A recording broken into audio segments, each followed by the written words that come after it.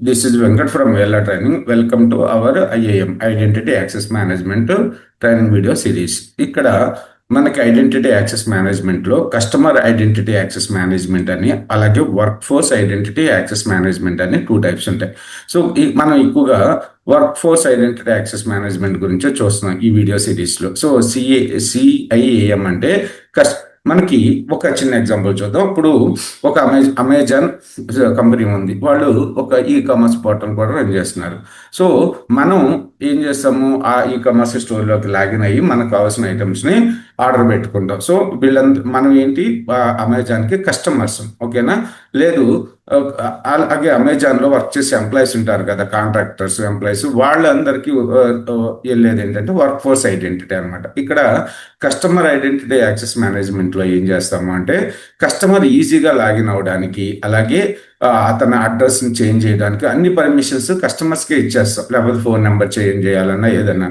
ఇప్పుడు నేను ఏదైనా ఆన్లైన్లో నేను ఏదో ఒక వెబ్సైట్ని బ్రౌజ్ చేస్తున్నాను. బ్రౌజ్ చేసేటప్పుడు నాకు ఒక యాడ్ కనపడింది, అందులో ఒక ఐటమ్ బాగుంది. నేను దాన్ని క్లిక్ చేసి వెబ్సైట్లోకి వెళ్ళిన వెంటనే ఐటమ్ వచ్చేసి 200 రూపీస్ ఎంత ఉంది, చాలా నాకు యూజ్ఫుల్. నేనేం చేస్తాను, కొనడానికి ట్రై చేస్తాను, క్యాష్ ఆన్ డెలివరీ కానీ ఏదైనా. సో కొనగానే లాగిన్ అవ్వమని అడుగుతుంది ఆ కామర్స్ స్టోర్. లాగిన్ అయ్యేటప్పుడు అలా పెద్ద ఫామ్ ఇచ్చారు, అందులో 20 ఫీల్డ్స్ ఉన్నాయి. అవన్నీ ఫిల్ చేసి వెళ్ళడానికి నాకు అంత ఇంట్రెస్ట్ చూపించిన. అదే సింగిల్ సైన్ అని పెట్టారనుకోండి, అక్కడ గూగుల్ తోటో ఫేస్బుక్ తోటో లాగిన్ అవ్వండి అని పెట్టారనుకోండి, వెంటనే నన్ను లాగిన్ అయ్యి అక్కడ ఇది cash on delivery something X పెట్టి, అలాగే నా డెలివరీ అడ్రస్ ఏదైతే ఉందో అది పెట్టి నా ఫోన్ నెంబర్ ఎంటర్ చేసేసి, యాక్చువల్గా గూగుల్ నుంచి చేసినప్పుడు మన డేటా అంతా కూడా, గూగుల్కి ఫిల్ చేసిన డేటా అంతా కూడా ఆల్రెడీ వెబ్సైట్కి షేర్ చేసుకుంటుంది అది. ఓకే, అక్కడ మన ఫోన్ నెంబర్లు అన్నీ ఒక్కోసారి ఆటోమేటిక్గా వస్తాయి. సో మనం వెంటనే ఐటమ్ని ఆర్డర్ పెట్టేసి తెచ్చుకుంటాం. ఓకేనా? సో తర్వాత user experience, customer identity access మేనేజ్మెంట్లో యూజర్ ఎక్స్పీరియన్స్ కూడా చాలా ఇంపార్టెంట్. యూఎక్స్ అలాగే కన్వర్షన్. ఇక్కడ చూసుకున్నట్టయితే అక్కడ మన కామర్స్ స్టోర్లో ఆ ఐటమ్ గురించి మళ్ళీ నేను సెట్ చేసినప్పుడు అక్కడ ఎక్కడ బై చేయాలో కూడా నాకు అర్థం కావట్లేదు, బై బటన్ పెట్టలేదు వాళ్ళు. ఓకే, లేదు ఏదో ఎక్కడో మూలన పెట్టారు, కరెక్ట్గా కనపడాల. ఇవన్నీ కూడా యూజర్ ఎక్స్పీరియన్స్ కిందకి వస్తాయి. యూజర్ ఎక్స్పీరియన్స్ సరిగ్గా ఉందా, సో అవన్నీ చూసుకుంటుంది. ఇక్కడ మనం కామర్స్ ప్రాస్పెక్టివ్ అయితే కస్టమర్స్ అంటాం, అలాగే హాస్పిటల్ మేనేజ్మెంట్ సిస్టమ్స్ ఉన్నాయనుకోండి దాని పేషెంట్స్ అంటాం, అలాగే సిటిజన్స్, అలాగే ఏదైనా ఒక వెబ్సైట్ కంటెంట్కి లేకపోతే యూట్యూబ్లో మనం వీడియో చూడడం దాన్ని సబ్స్క్రైబర్స్ అంటాం. ఓకే, లేదు మనం మంత్లీ ప్లాన్ తీసుకున్నాం అమెజాన్లో, సో అమెజాన్లో కానీ లేకపోతే హాట్స్టార్లో కానీ వాటిని సబ్స్క్రైబర్స్ అంటాం. ఓకేనా? ఎక్కువగా కస్టమర్ ఐడెంటిటీ యాక్సెస్ మేనేజ్మెంట్ ఏంటంటే కస్టమర్ ప్రాస్పెక్టివ్లో ఆలోచిస్తుంది. యూజరు చాలా ఈజీగా లాగిన్ అవ్వాలి, అలాగే వాళ్ళ వాళ్ళు అక్కడ ఫోన్ నెంబర్ చేంజ్ చేయాలనుకోండి, ఫోన్ నెంబర్ కూడా చేంజ్ చేసే పర్మిషన్ కస్టమర్కే ఇచ్చేస్తుంది. ఓకే, ఇక్కడ చూసుకున్నట్టయితే CIAM is designed to help the companies acquire, retain customer. The system must be frictionless.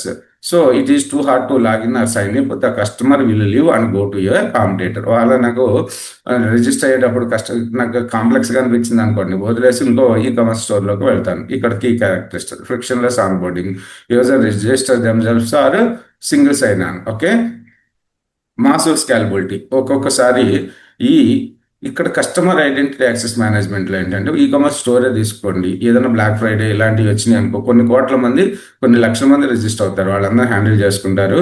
అలాగే ప్రైవసీ అండ్ కాంటెస్ట్, ఇటు మేనేజ్ ద యూజర్. ఇప్పుడు మనం ఆ కామర్స్ స్టోర్లో లాగిన్ అయ్యామంటే SSO ఇచ్చి మన పర్సనల్ డీటెయిల్స్ అన్ని షేర్ చేస్తున్నట్టే కదా, వాళ్ళు ఆ పర్సనల్ డేటాని మిస్యూజ్ చేయకూడదు. According to complaints of GDPR, general data protection regulation or central customer protection authority, ఈ రూల్స్ అయితే వాళ్ళు ఫాలో అవుతారు, కంప్లైంట్స్ రూల్.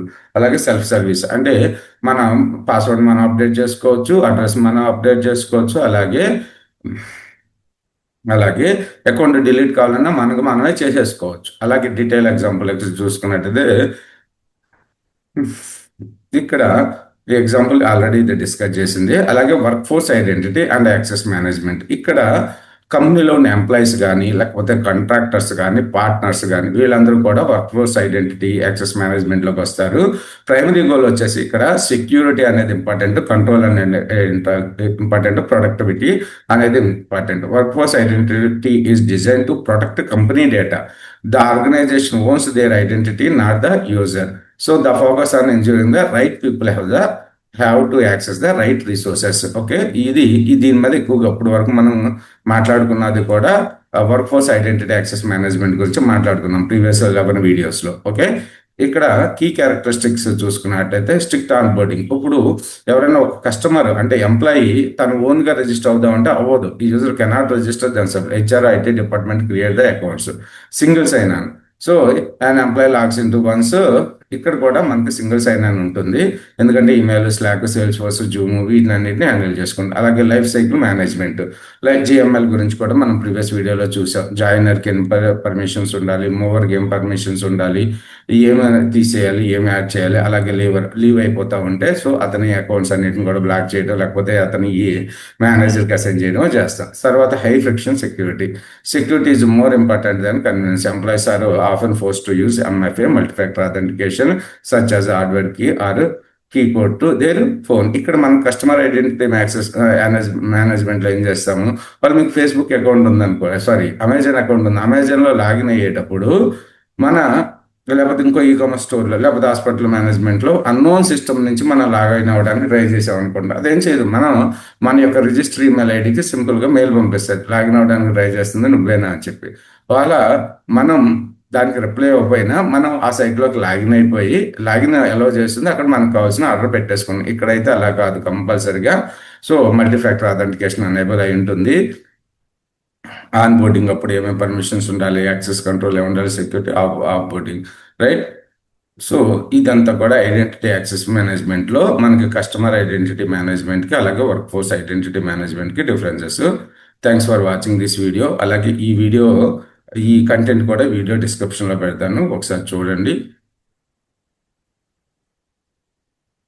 ఇంతవరకు మన ఛానల్ సబ్స్క్రైబ్ చేయకపోతే సబ్స్క్రైబ్ చేయండి.